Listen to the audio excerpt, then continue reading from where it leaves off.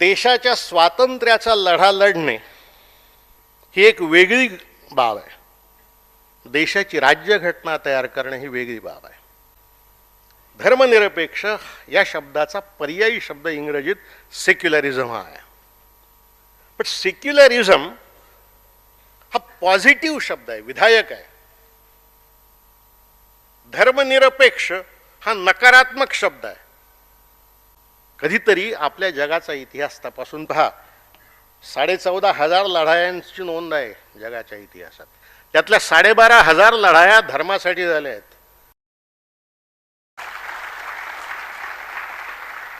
म्हणून गांधीवर सिनेमा काढला. गांधींच्या नेतृत्वात हा देश स्वतंत्र झाला आणि या देशाची राज्यघटना जी तुम्ही आणि आम्ही आज अनुभवतो ती तयार झाली. ही घटना ज्या लोकांनी तयार केली त्या घटना समितीमधले 95% सभासद गांधींच्या नेतृत्वात स्वातंत्र्याची लढाई लढलेले होते. घटना समितीमध्ये जी माणसं प्रमुख होती त्यात राजेंद्र बाबू घटना समितीचे अध्यक्षच होते. आणि राजेंद्र बाबू हे गांधीजींचे अंधश्रद्ध म्हणावे असे अनुयायी होते. नेहरू पंतप्रधान होते, वल्लभभाई उपपंतप्रधान होते, मौलाना होते, बाबासाहेब आंबेडकर मागाहून आले आणि ते कायदा मंत्री झाले आणि घटनेच्या मसुदा समितीचे सभासद झाले, अध्यक्षच झाले. या माणसांच्या समोर या देशाची राज्यघटना तयार करण्याचा कार्यक्रम आहे. देशाच्या स्वातंत्र्याचा लढा लढणे ही एक वेगळी बाब आहे. देशाची राज्यघटना तयार करणे ही वेगळी बाब आहे. घटना काय आहे? घटनेचा अर्थ आपण एकदा स्पष्टपणे लक्षात घेतला पाहिजे. घटना हा कायदा आहे आणि तो सरकारसाठी तयार केलेला कायदा आहे. सामान्य कायदे तुम्ही आणि आम्ही पाळायचे असतात. घटनेचे कायदे सरकारने पाळायचे असतात. जेव्हा सरकार घटनेच्या कायद्याचा भंग करतोय तेव्हा लोक सरकारच्या विरुद्ध न्यायालयात जाऊ शकतात. म्हणून घटना हा सरकारसाठी तयार झालेला कायदा आहे. नंबर 2, घटना हे देशाच्या सरकारचं आणि सरकारी यंत्रणेचं नियोजन आहे, प्लॅनिंग आहे. त्यानुसार या देशाचं सरकार पुढे तयार होत असतं. तिसरी गोष्ट, घटना हा करार आहे. तो नागरिक आणि सरकार यांच्या दरम्यानचा करार आहे. या कराराने नागरिकांना काही अधिकार दिले असतात आणि सरकारला काही अधिकार दिले असतात. आपल्या राज्यघटनेच्या 3ऱ्या प्रकरणामध्ये नागरिकांचे अधिकार सांगितलेले आहेत आणि केंद्र आणि राज्य सरकारचे अधिकार अन्यत्र सांगितलेले आहेत. आणि कलम 13 असं सांगते घटनेचं की सरकारने जनतेच्या अधिकारावर आक्रमण करायचं नाही आणि जनतेनं सरकारच्या अधिकारावर आक्रमण करायचं नाही. आपापल्या अधिकारांच्या मर्यादेमध्ये या दोन्ही व्यवस्थांनी आणि यंत्रणांनी राहायचं आहे. अशी ही असा करार असलेली घटना आहे. तुमचा आणि माझा देश संघराज्य आहे. या संघराज्यामध्ये आणखीही एक करार घटनेमध्ये समाविष्ट असतो. तो करार केंद्र सरकार आणि राज्य सरकारमधला असतो. या कराराने केंद्र सरकारचे अधिकार निश्चित केले असतात, राज्य सरकारचे अधिकार निश्चित केले असतात आणि या 2 सरकारांनी एकमेकांच्या अधिकारावर आक्रमण करू नये असं सांगितलेलं असतं. केंद्र सूचीमध्ये केंद्र सरकारचे अधिकार आहेत 9व्या शेड्यूलमध्ये. राज्य सूचीमध्ये राज्य सरकारचे अधिकार आहेत आणि एकमेकांवर आक्रमण करायचं नाही असं त्यांच्यावर बंधन आहे. आता या ठिकाणी काही गोष्टी स्पष्ट केल्या पाहिजेत. गांधी हा द्रष्टा आहे. तो वर्तमान लक्षात घेतो आणि भविष्यावरही नजर ठेवतो. घटना ही व्यवस्था आहे, तो ढाचा आहे, ती एक संरचना आहे.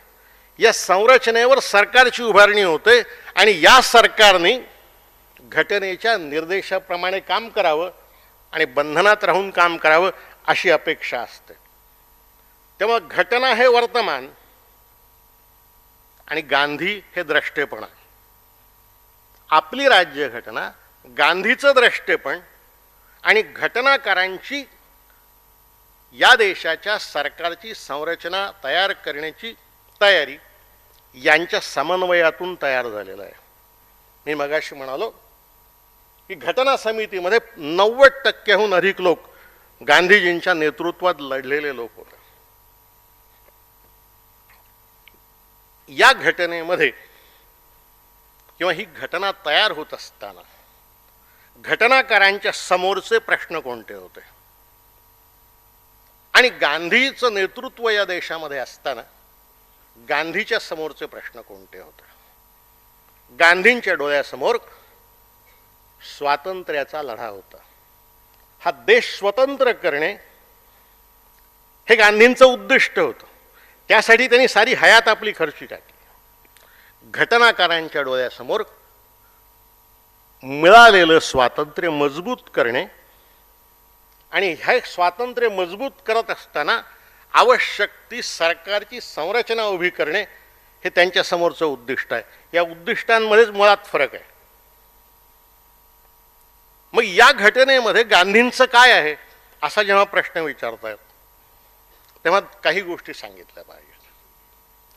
या घटनेमध्ये जी मूल्य व्यवस्था सांगितली आहे ती सगळीच्या सगळी गांधींची मूल्य व्यवस्था आहे. आपल्या उद्देश पत्रिकेमध्ये असं म्हटलं आहे की आम्ही भारतीय लोक या देशामध्ये लोकशाही प्रजासत्ताक स्थापन करण्यासाठी आणि या देशातल्या जनतेला न्याय, स्वातंत्र्य, समता आणि बंधुता प्रदान करण्यासाठी हे संविधान तयार करून स्वतःलाच देत आहोत. यातलं लोकशाही, यातलं गणराज्य, यातलं न्याय, स्वातंत्र्य, समता, बंधुता ही सगळी मूल्य जी आहेत ही गांधींना मान्य असणारी मूल्य आहेत. आणखी एक मूल्य महत्त्वाचं आपल्या घटनेमध्ये आहे आणि ते धर्मनिरपेक्षतेचं आहे. ते धर्मनिरपेक्षता हे मूल्य घटनेत सुरुवातीला जाहीर केलं नाही, पण घटनेच्या सगळ्या कलमांमध्ये ते अनुस्यूतच आहे. हा देश कोणत्याही एका धर्माला मान्यता देणार नाही. या देशात सर्व धर्माच्या लोकांना आपल्या धर्माचा प्रचार प्रसार करण्याचा अधिकार राहील आणि सरकार सर्व धर्मांचा समान आदर करेल. असं म्हटलं की देश आपोआप धर्मनिरपेक्ष होतो. आता या ठिकाणी धर्मनिरपेक्ष हा शब्द जरा समजून घेतला पाहिजे. आपल्याकडे पुन्हा अडचण अशी आहे की फार आपण शब्द त्याचे अर्थ लक्षात न घेता वापरतो. आपणच नाही, आपले पुढारी सुद्धा वापरतात. धर्मनिरपेक्ष याचा नेमका काय अर्थ आहे? धर्मनिरपेक्ष या शब्दाचा पर्यायी शब्द इंग्रजीत सेक्युलरिझम हा आहे. पण सेक्युलरिझम हा पॉझिटिव्ह शब्द आहे, विधायक आहे. धर्मनिरपेक्ष हा नकारात्मक शब्द आहे. याला नकारात्मक असा ध्वनी आहे या शब्दात. सेक्युलर हा पॉझिटिव्ह विचार आहे.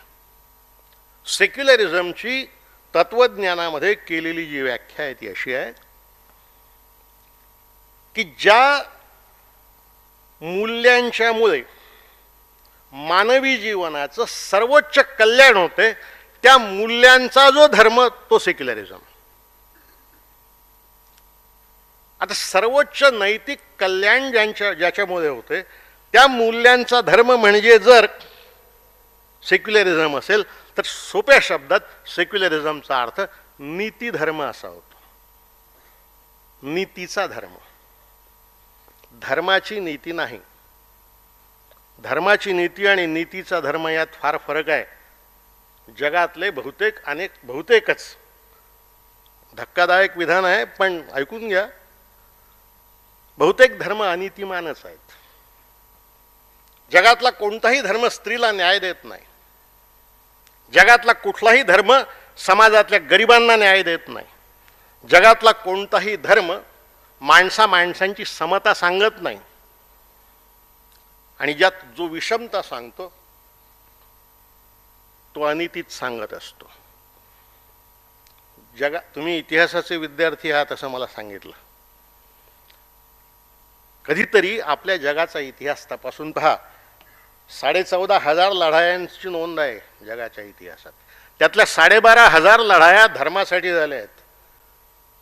त्यामुळे धर्मानं जास्त जगात माणसं मारली का तत्वज्ञानानं जगात जास्त माणसं मारली हे आपण एकदा कधीतरी तपासून पाहिलं पाहिजे आणि चांगल्या निष्कर्षापर्यंत आलं पाहिजे.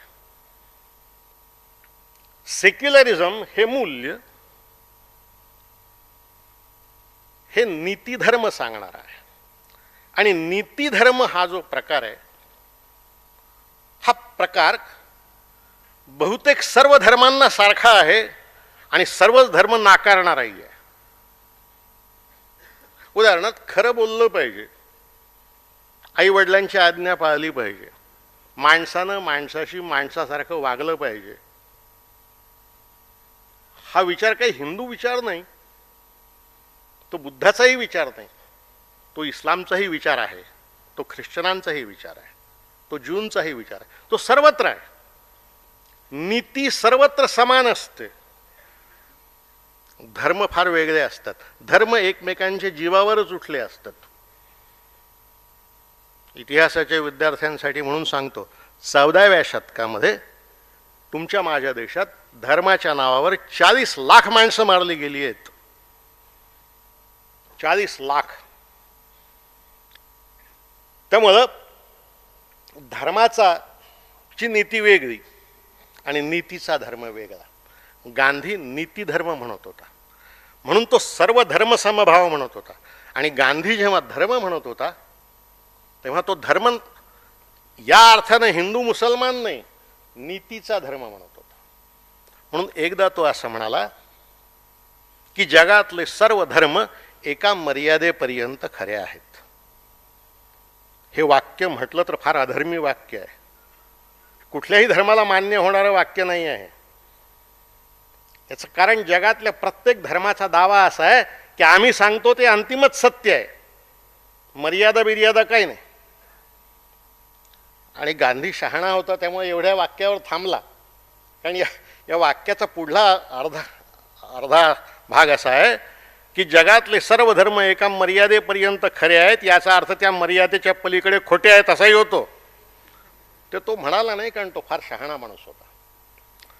या अर्थानं सेक्युलरिझम, धर्मनिरपेक्षता, सर्व धर्म समभाव आणि नीतिधर्म यांचा पुरस्कार करणारा हा माणूस आहे. हे सारे या घटनेमध्ये आहे. आता गांधीचं या घटनेत काय नाही हेही सांगितलं पाहिजे. गांधीचं या घटनेमध्ये काय नाही तर 2 प्रमुख गोष्टी नाहीत. आणि हे गांधींचं नाही याचं दुःख करण्याचं कारण नाही.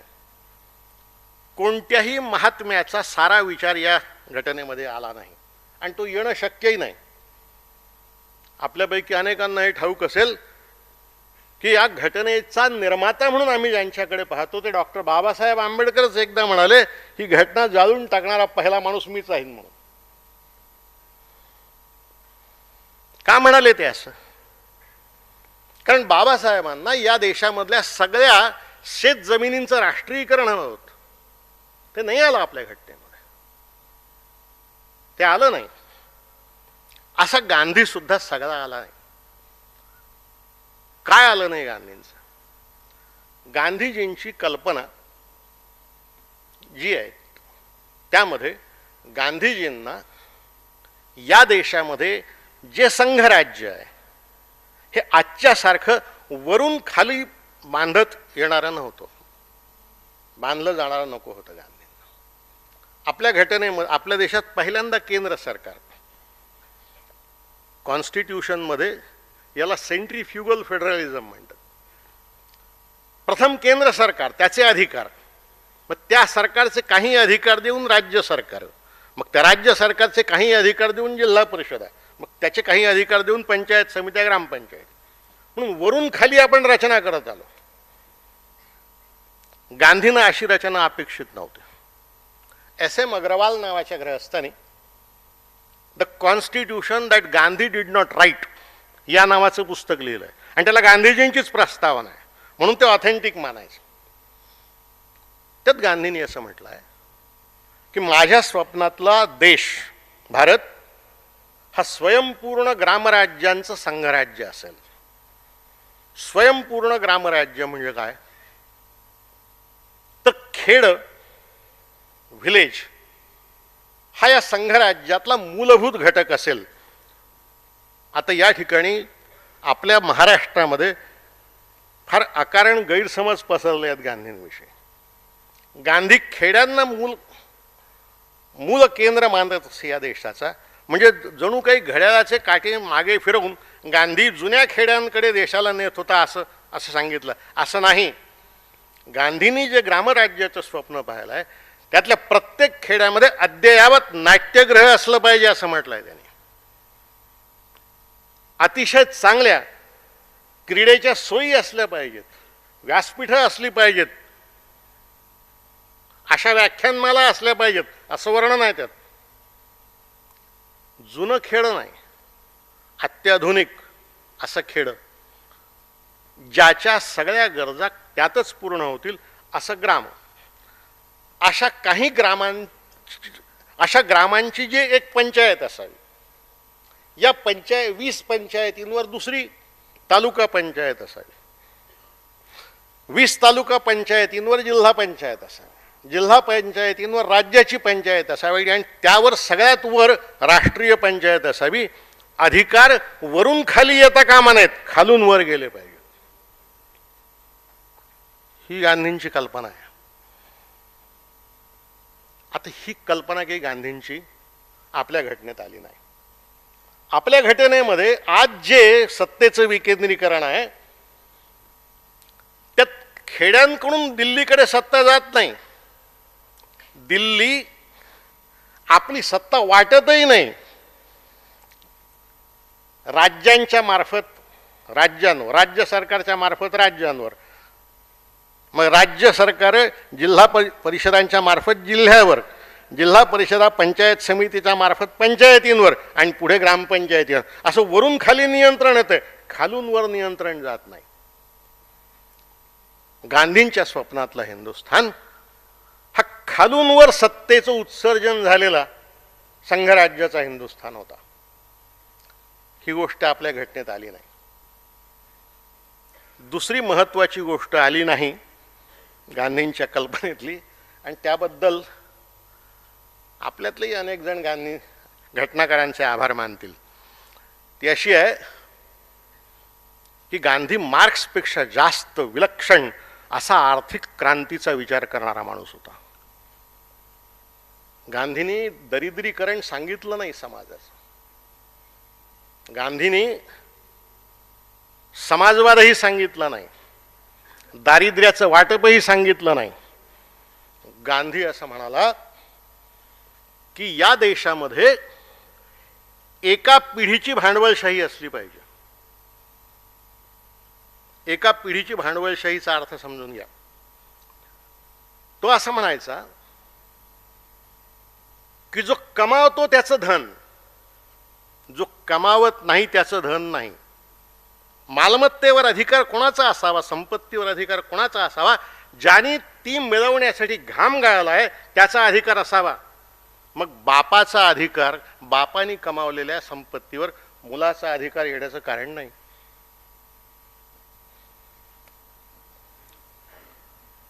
आपल्याकडे आज जे बहुसंख्य लोक श्रीमंत दिसतात ते बाप कमाईवरचे श्रीमंत झालेले लोक आहेत. आप कमाईवरचे श्रीमंत कुठे आहेत? आप कमाईवरचे जे श्रीमंत आहेत त्याचं आपण अभिनंदनच करू, त्यांना सलाम करू. गांधी म्हणाला आप कमाईचे श्रीमंत पाहिजेत, बाप कमाईचे श्रीमंत नाहीत. कारण आपण असं म्हणतो घाम गाळील त्याला दाम, कसेल त्याची शेती, तर जो मिळवेल त्याची संपत्ती. बापाकडून आपसुक वारसा हक्कानं संपत्ती येऊ नये बापाच्या मृत्यूनंतर संपत्ती समाजाच्या मालकीची झाली पाहिजे. आता या ठिकाणी अनेक जण गांधीचा निषेधही करते. कारण इतकं क्रांतिकारी, एवढा क्रांतिकारी विचार आपल्यातलंही अनेकांना पेलू शकत नाही ना. अरे आपल्याला नसेल मिळाली बापाकडून, पण आमच्या शेजाऱ्याला मिळाली आहे ना बिचाऱ्याला, असा दयाघन विचार आपल्या मनामध्ये येत असतो. हा विचारही आपल्या यात आला नाही.